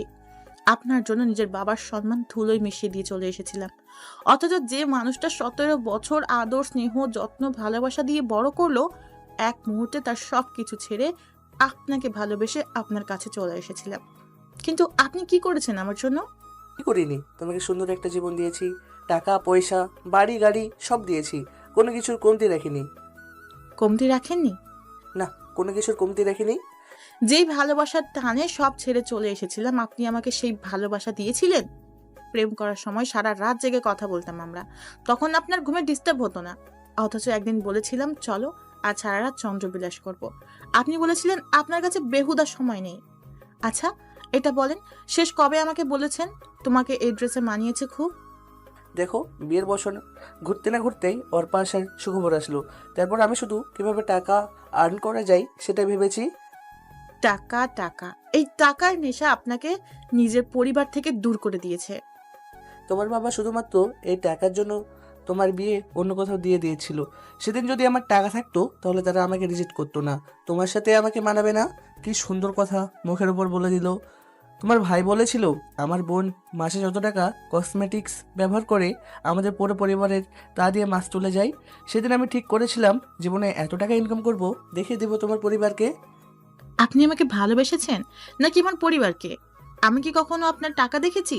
দেখেছিলাম আমার প্রতি আপনার ভালোবাসা, অথচ বিয়ের পর সেটাই হারিয়ে ফেলেছি। দেখো, এত ঝামেলা আমার ভালো লাগে না। থাকতে হলে থাকো, না হলে তোমার যেটা ইচ্ছা করো। আমি গেস্ট রুমে যাচ্ছি, সারাদিন কাজ করেছি, আমি টায়ার্ড। মাহমুদ সাহেব চলে যেতেই অর্পা রুমে প্রবেশ করলো। নিজের মায়ের পাশে বসে বলে, কি বলবো, তোমাকে জানা নেই। যতটুকু বুঝলাম, বাবা নিজের ভুলটা কখনোই বুঝবে না। তার দাম্ভিকতা তাকে সেটা বুঝতে দেবে না। আমি কাল ভাইয়ের কাছে চলে যাব। এই মানুষটা আমার মানুষ না। যে মানুষটার উপর ভরসা করে এসেছিলাম, এই মানুষটা কিছুতেই সেই মানুষটা না। আজ তোদের নানুর কথাটা খুব ভাবাচ্ছে। সে বলেছিল প্রেম করা আর বিয়ে করে সংসার করাটা এক নয়। প্রেমিক আর স্বামীর মধ্যে আসমান জমিন তফাৎ। আম্মু এত বছর যেখানে যাওনি, না নানুর মৃত্যুর সময়ও যাওনি, সেখানে যাবে? হ্যাঁ যাব। ভাইয়ের পা ধরে ক্ষমা চাইবো। একটা মেয়ে নিজের বিয়ের আসরে তার বয়ফ্রেন্ডের সাথে পালিয়ে গেলে সেই পরিবারকে কি কি সহ্য করতে হয় সেটা এখন বুঝি। তাই আমি চলে যাব। যদি তোর বাবা নিজের ভুল বুঝে আমাকে ফিরিয়ে আনে তবেই ফিরে আসবো। ছাদে বসে ওরা সবাই আড্ডা দিচ্ছে। এর মধ্যে মেঘ বলল, আমি পানি খেয়ে আসি। সাবধানে বাবা, যাতে তোকে দেখে না ফেলে। দেখলে বলবো মামা আমি শতহোক আপনার ভাগ্নে। সারা জীবন শুনেছি মামা ভাগ্নে যেখানে আপদ নাই সেখানে। শালা নিজে তো মরবি সাথে অপূর্বকে নিয়ে। মেঘ নিচে এসে আস্তে করে পূর্ণার রুমে ঢুকে পড়ল। রাত তখন প্রায় 2টা ছুঁয়েছে। পূর্ণা তখনও পড়ায় ব্যস্ত। হঠাৎ করে মেঘকে দেখে বলে, আপনি? পূর্ণার কথা হয়তো মেঘ শুনতে পায়নি। আমার ভাই পাঠিয়েছে তোমাকে পড়াতে। আপনি বললেই আমি বিশ্বাস করব? ভালোই ভালোই বের হন, নয়তো আমি চিৎকার করব। আমি জানি তুমি চিৎকার করবে না, যত হোক তোমার জামাইকে কেস খাওয়াবে না শ্বশুরের কাছে। আপনি যাবেন নাকি? কি পড়ছিলে দেখি? ফিজিক্স? এটা কোনো সাবজেক্ট হলো? তোমরা সুন্দরী মেয়েরা পড়বে কেমিস্ট্রি, রসায়ন। দেখুন, আপনি প্লিজ চলে যান। কেউ দেখে ফেললে আমার কিছু না হলেও আপনার চরিত্রে দাগ লাগবে। কবি বলেছেন সুন্দর মেয়েরা ফিজিক্স পড়বে না। ভালোবাসি সুইট বউ। উঠে দাঁড়িয়ে হুট করে পূর্ণাকে জড়িয়ে ধরে বলে, যেদিন তুমি বুঝবে সেদিন শুধু আমাকেই খুঁজবে। তারপর কানের কাছে মুখ এনে বলে, বুঝবে যেদিন, খুঁজবে সেদিন, জানি খুঁজবে সেদিন, পাবে না খুঁজে আমাকে। বলেই চলে গেল। পূর্ণার সাথে সাথে দরজা লক করে দিল। পূর্ণা নিজের বুকের ধুকপুক শব্দ শুনতে পাচ্ছে। আচ্ছা, এই মানুষটার স্পর্শ আমাকে এইভাবে এলোমেলো কেন করে দেয়? জগ থেকে এক গ্লাস পানি খেলো। জোরে জোরে শ্বাস নিয়ে নিজেকে শান্ত করার চেষ্টা করছে। কিছুক্ষণ পর আবার টেবিলে বসলো।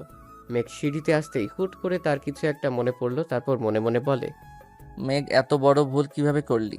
পূর্ণার এক দৃষ্টিতে তাকিয়ে আছে খাতার দিকে। এই হ্যান্ডরাইটিং পূর্ণার খুব পরিচিত। পূর্ণা দ্রুত উঠে তার চিরকুটগুলো বের করলো। Same to same. পূর্ণার চোখ অশ্রু ঝরছে। সুখের অশ্রু নাকি কষ্টের সেটা বোঝা যায়। দ্রুত উঠে নিজের রুমের দরজা খুললো। আশপাশে তাকালো। না, মানুষটা আশপাশে নেই। দরজার পাশে দেয়ালে হেলান দিয়ে দাঁড়িয়ে চোখ বন্ধ করে আছে। ইচ্ছে করছে এখনই ছুটে যেয়ে মানুষটাকে জড়িয়ে ধরতে, একদম লুকিয়ে ফেলতে বুকের বাঁ পাশে। উফ, কি সুখ সুখ একটা অনুভূতি। পূর্ণার চোখে সবকিছু কেমন ভেসে উঠছে। মেঘের সব অসহ্য কাজগুলো ভেবেও কেমন চোখ মুখ লাল হয়ে উঠছে। কবি হয়তো ঠিক বলেছেন, প্রেমে পড়ার মতো সুন্দর আর স্নিগ্ধ অনুভূতি দ্বিতীয়টি নেই। কি অদ্ভুত সুখকর অনুভূতি। হঠাৎ কারো কণ্ঠে চোখ মেলে তাকালো পূর্ণা। কিরে, তুই এখানে কি করছিস? অপূর্বর কথা শুনে খানিকটা ঘাবড়ে গেল, তবুও নিজেকে সামলে বলে, ভাইয়া পানি আনবো টেবিল থেকে, কিন্তু একটু আগে ডাইনিং রুমে যেন কার ছায়া দেখতে পেলাম, তাই ভয় করছে। আরে বোকা, ওটা তো মেঘ ছিল। আর তুই আমার সাথে আয়, এত ভীতু হলে চলে? মেঘ ভাইয়া এখন কোথায়? কোথায় আবার ছাদে? তুই কেন জিজ্ঞেস করছিস? মনে হলো তুমি আমাকে মিথ্যে সান্ত্বনা দিচ্ছ, তাই কনফার্ম হলাম সত্যি আমাদের বাসায় এখনো আছে নাকি। আজ আমাদের বাসায় থাকবে ওরা। কিন্তু বাবা দেখে ফেললে? দেখবে কি করে? একটু পর রুমে এসে ঘুম দিব, উঠে দেখবো বাবা অফিসে। পূর্ণা এক গ্লাস পানি নিয়ে বলে, আমি রুমে যেয়ে খাবো। রুমে এসে দরজা বন্ধ করে বলে, ভালোবাসি আপনাকে, শুনছেন? ভালোবাসি আপনাকে। ইস, মনের কথা যদি মনের মানুষের কাছে পৌঁছে যেত কতই না ভালো হতো। উফ, এখন টুক করে তার মনের নোটিফিকেশন চলে যেত, তার পূর্ণা তাকে ভালোবাসি বলছে।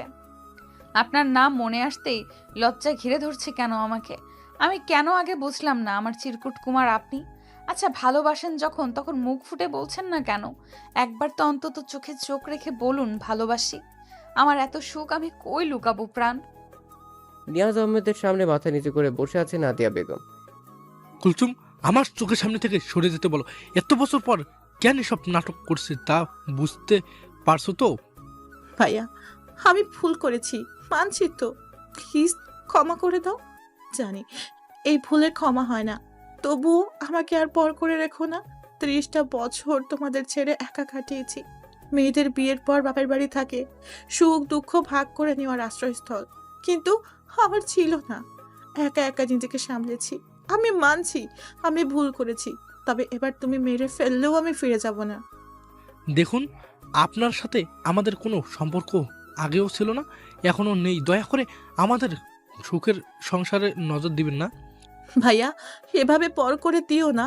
আমি মাহমুদকে ছেড়ে চলে এসেছি। বাহ, খুব ভালো কাজ করেছেন। তা যখন আপনার বাবা মা মারা গেল তখন কেন আসলেন না? তখন তো কি নিজের বাবা মাকে শেষ দেখার ইচ্ছে হয়নি? এসব নাটক বন্ধ করুন আর বের হন আমার বাসা থেকেই। আমি সেদিন আসতাম, কেউ আমাকে আটকাতে পারতো না। 9 মাসের একজন গর্ভবতী মহিলা একা একা ঢাকা থেকে চট্টগ্রাম কিভাবে যেতে পারে? তোমাকে কতবার কল করেছি, তুমি কি করেছিলে ভুলে গেছো? আমার নাম্বার ব্লক করে দিয়েছো। মাহমুদকে বারবার বলছিলাম, পায়ে ধরছিলাম, কিন্তু সেও তো কম জেদি নয়। তোমাদের জেদের জন্য আমি নিজের বাবা মাকে শেষবারের মতো দেখতে পারিনি। আমার কারো প্রতি অভিযোগ নেই, তবুও চাই সব পেছনের কথা ভুলে সামনে এগিয়ে যেতে। কেন বিয়ে করেছিলি মাহমুদকে? নিজের বিয়ের আসর ছেড়ে আমাদের কোম্পানির সামান্য একজন স্টাফের হাত ধরে পালিয়ে যাওয়ার আগে তোর একবারও আমাদের সম্মানের কথা মনে পড়লো না? তোমরা আমার কাছে আর কোনো পথ খোলা রাখোনি। আমি কতবার বলেছি বিয়ে আমি মাহমুদকে করব, নয়তো মরে যাব, কিন্তু তোমরা নিজেদের অহংকারের কাছে আমার কষ্ট দুঃখ দেখোনি। ঠিক আছে, আমি চলে যাচ্ছি, আর কখনো আসবো না। নাদিয়া বেগম দরজার কাছে আসতেই নিয়াজ আহমেদ দৌড়ে এসে বোনকে জড়িয়ে ধরে। বহু বছর পর দুই ভাই বোন নিজের কষ্ট অশ্রুপাতের মাধ্যমে প্রকাশ করছে। মাহমুদ সাহেবের ঘুম ভাঙল বেলা 9টায়। ঘড়ির দিকে তাকিয়ে দ্রুত উঠে বসলেন। আশপাশে তাকিয়ে নিজেকে গেস্ট রুমে আবিষ্কার করে রাতের ঘটনা মনে করলেন। ধীর পায়ে নিজের রুমের সামনে যে আস্তে করে দরজা খুলে ভেতরে প্রবেশ করলেন। রুমটা একদম পরিপাটি। বেডের ঠিক মাঝখানে গ্লাসের নিচে একটা কাগজ দেখা যাচ্ছে। আশপাশে ভালোভাবে লক্ষ্য করলেন না, কারো উপস্থিতি টের পাওয়া যাচ্ছে না। হাত বাড়িয়ে কাগজটা হাতে নিলেন। কাগজের কালো অক্ষরগুলোতে চোখ বোলালেন। কাগজটা ভাঁজ করে ড্রয়ারে রেখে ফ্রেশ হয়ে নাস্তার টেবিলে আসলেন। নাস্তার টেবিল আজ ফাঁকা। নাদিয়া বেগম ছাড়া বাড়িটা মনে হয় মৃত। দেহে আছে কিন্তু প্রাণ নেই। ঘরের স্ত্রী, ঘরের প্রাণ। আজ প্রাণটাই নেই। জগ থেকে এক গ্লাস পানি ঢেলে নিলেন। এর মধ্যেই দেখলেন মেঘ আর অন্তরা বের হচ্ছে। কোথায় যাচ্ছ তোমরা? অন্তরাকে হোস্টেলে দিয়ে আমিও একটা ব্যাচেলার রুম খুঁজে নেব। আম্মুকে ছাড়া এই বাড়িতে থাকা সম্ভব নয়। তোমার মা না হয় পরের বাড়ি মেয়ে, কিন্তু তোমরা তো এবারই, তাহলে তোমরা কেন যাবে? যেখানে আমাদের মায়ের সম্মান নেই সেখানে আমরা থাকবো না। আর আমাদের বাড়ি আর মায়ের বাড়ি আলাদা, এটা আগে বললে মাকে নিয়ে একটা আমাদের বাড়ি বানাতাম, যেখানে আমার তোমার নেই, সব কিছু থাকতো আমাদের। বোলেরো দুজন বের হয়ে গেল। নিয়াজ সাহেব সোফায় চুপ করে বসে রইলেন। টাকার পিছনে ছুটতে ছুটতে কখনো নিজের মানুষদের নিয়ে ভাবার সময় হয়নি। আজ যেন সবাই তাকে চোখে আঙুল দিয়ে দেখাচ্ছে টাকা থাকলেই হয় না, নিজের মানুষ ছাড়া টাকা মূল্যহীন। কত বছর পর মামা বাড়ি যাচ্ছি।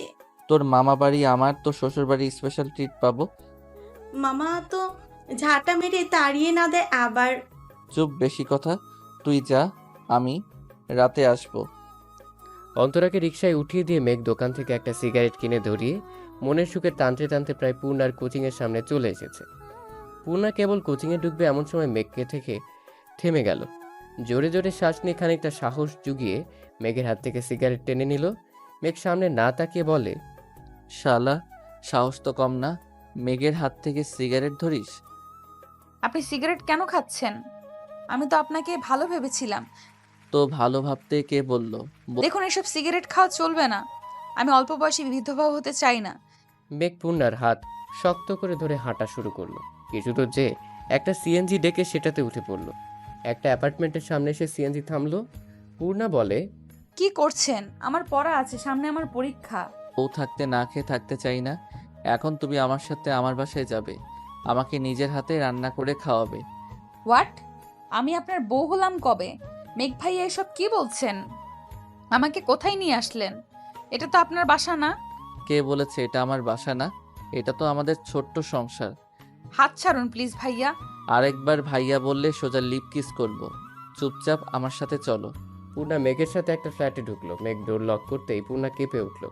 মেঘ মুচকে এসে বলে, ভয় পাচ্ছ আমাকে? না, আপনাকে ভয় কেন পাবো? আপনি কি বাঘ নাকি যে খেয়ে ফেলবেন? মেঘ এক পা দুপা করে পূর্ণার একদম কাছে চলে আসলো। পূর্ণা চোখ বন্ধ করে কোনো মতে বলল, আপনি এটা করতে পারেন না।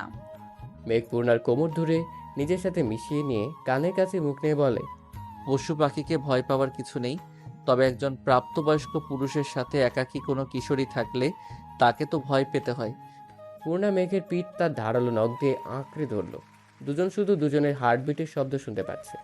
মেঘ আস্তর করে পূর্ণার পিঠ থেকে ব্যাগটা নিয়ে পূর্ণার থেকে দূরে সরে আসলো। পূর্ণা তখনও চোখ বন্ধ করে জোরে জোরে শ্বাস নিচ্ছে। মেঘ পূর্ণার সামনে তুড়ি বাজিয়ে বলে, এই মিসেস মেঘ, সোজা কিচেনে যান আর আমার জন্য কিছু বানিয়ে নিয়ে আসুন। পেটের মধ্যে ইঁদুর দৌড়াচ্ছে। কিচেন কোন দিকে? তুমি যেখানে দাঁড়িয়ে আছো সেখান থেকে সোজা। কিচেনে এসে পূর্ণা প্রথমে আটা গুলে নিল, তারপর কড়াইতে ঘি ঢেলে এলাচ, তেজপাতা, দারুচিনি দিয়ে একটু ভেজে নিয়ে সুচি দিয়ে একটু ব্রাউন কালার করে ভেজে নিয়ে তাতে পানি দিয়ে দিল। তারপর তাতে চিনি, কাজু, কিশমিশ অ্যাড করে আর একটু নাড়াচাড়া করে উঠিয়ে নিল। মেঘ পূর্ণার দিকে তাকালো, কোমরে ওড়না বাঁধা, চুলগুলো খোপা করা, পরনে আকাশি রঙের 3 পিস। মেঘ পূর্ণার চুলগুলো আস্তে করে খুলে দিল। পূর্ণা দ্রুত সামনের দিকে ফিরে বলে, সরি, আমি খেয়াল করিনি। বলে পিঠে হাত দিয়ে দেখে চেন তো আটকানো। মেঘ হেসে বলে, আজ খোলা থাকলেও সমস্যা নেই। আমার বউ, আমার সম্পত্তি, আমি না দেখলে কে দেখবে? তা রাঙা বউ, রান্না করতে পারো তো নাকি না খেয়ে থাকতে হবে? রান্না কেমন হয়েছে? সব মশলা পারফেক্টভাবে দিয়েছো, ভালো তো হবেই। তাহলে এবার আমি সবটা বলি, আপনি রান্না করুন। না মানে আমার ভুল হয়েছে। তোমার হাতের ছোঁয়া পেয়ে রান্না অমৃত হয়ে গেছে। হাতটা দাও তো, একটা চুমু খাই। বিয়ের পরে রান্নার ভরপুর প্রশংসা করবেন। প্রশংসা পছন্দ হলে পরের বেলায় খাবার পাবেন, নয়তো উপোস রাখবো। চলো বিয়েটা করে ফেলি। আমার বাবাকে বলুন। আর এখন আমার যেতেই হবে, নয়তো বাসা থেকে খোঁজ করা শুরু হয়ে যাবে। চলো আজ তোমাকে নিয়ে একসাথে শ্বশুর বাড়ি যাব। পূর্ণা নিজেকে একটু গুছিয়ে নিয়ে আয়নায় তাকিয়ে বলে, আপনি আমাকে কিভাবে ভালোবাসলেন? এভাবে ওভাবে কিভাবে যেন বেসে ফেলেছি। আপনি তো আমাকে প্রপোজ করেননি। পূর্ণা হিসাবে শেষ পিনটা গেথে এপাশ ফিরেই দেখে মেঘ হাঁটু মুড়ে বসে বলে, আমার সারা জীবনের ব্যক্তিগত রাঁধুনি হবে। কথা দিচ্ছি তোমার রান্নার ভরপুর প্রশংসা করব। এই কেমন প্রপোজ হলো? বলো না হবে। সারা জীবনের জন্য আমি তোমার। তোমার শব্দটা যেন মেঘের হৃদয়ে শীতল হাওয়া বয়ে গেল। ওটাই পূর্ণাকে জড়িয়ে ধরে শক্ত করে মৃদু স্বরে বলে, আমি শুধু তোমার। এই আজকের পর থেকে আর আপনি আপনি চলবে না বলে দিলাম। চলো জমের সাথে লড়াই করে তোমাকে নিয়ে আসতে বের হয়ে পড়ি। আমার বাবাকে জম বলা? তোমার বাবাকে কেন বলবো? আমি আমার মামাকে বলেছি। দুজনেই হেসে দিল। হাতে হাত রেখে বের হয়ে আসলো। ভালোবাসা এমন এক ম্যাজিক, ভালোবাসলে তাকে শত জন্মের পুরোপুরি মনে হয়। মনে হয় কত যুগের সম্পর্ক ছিল। তারা হয়তো সব সময় কাছেই ছিল, এক মুহূর্তে যেন সবচেয়ে নিজের হয়ে যায় মানুষটা। মাহমুদ সাহেব নিয়াজ আহমেদের সামনাসামনি বসে আছে। কিছুক্ষণ নীরব থেকে মাহমুদ সাহেব বলেন, আমি কখনো মাথা নত করতে শিখিনি, কিন্তু আপনি আর আপনার বাবা আমাকে চরমভাবে অপমান করেছিলেন। হ্যাঁ, আমি মানছি তখন আপনার পরিবারের মেয়ের সাথে আমার রিলেশন করার যোগ্যতা ছিল না, কিন্তু মন কি টাকা দেখে আমি বুঝেছিলাম পুরো পৃথিবীতে আপনার বোনের মতো আমাকে কেউ ভালোবাসতে পারবে না। তাই টাকা ছাড়ার সাহস আমার হয়নি। বারবার আপনার বাবার আর আপনার সামনে নত হয়েছি। আপনারা আমাকে কুকুরের মতো তাড়িয়ে দিয়েছেন, এভাবে আমি নিতে চাইনি, আপনারা বাধ্য করেছেন। সেসব কথা এখন টানতে চাই না। আমি আমার নত হয়ে ক্ষমা চাইছি। আমার বউকে আমার কাছে ফিরিয়ে দিন, আর আমার সন্তানদের তার নানার বাড়ি ফিরিয়ে দিন। আমার ছেলেটাকে তার ভালোবাসা ফিরিয়ে দিন। আমি যদি বলি আমার বোনকে ফিরিয়ে দিন তার বাবা মাকে, পারবেন? আমার মা বাবার তার মেয়েটাকে শেষবারের মতো দেখার জন্য ছটফট করতে করতে মারা গেছে। রাগ অভিমান একদিন মিটে যায়, কিন্তু সময়ের সাথে বাড়তে থাকে ক্ষতগুলো। কীভাবে মেটাবেন?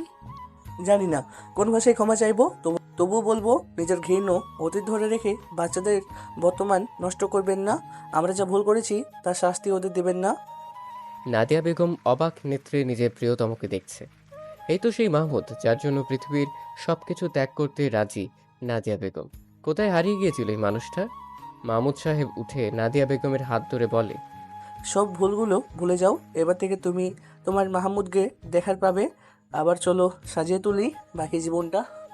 নাদিয়া বেগমের চোখ থেকে কয়েক ফোঁটা অশ্রু নড়ে পড়ল। এ যেন সুখের অশ্রু। সবাই নিজেদের মধ্যে সব মিটিয়ে নিচ্ছে। এমন সময় মেঘ আর পূর্ণা বাসায় ফিরল।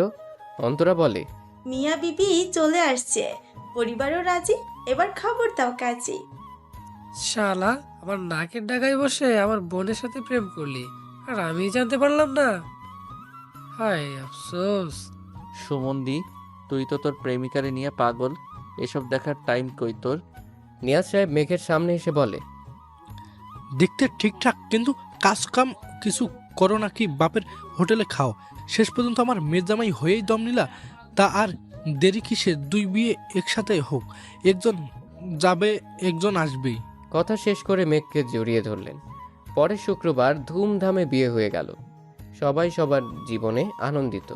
মেঘ বারান্দায় বসে পায়ের উপর পা তুলে মোবাইল নিয়ে ব্যস্ত।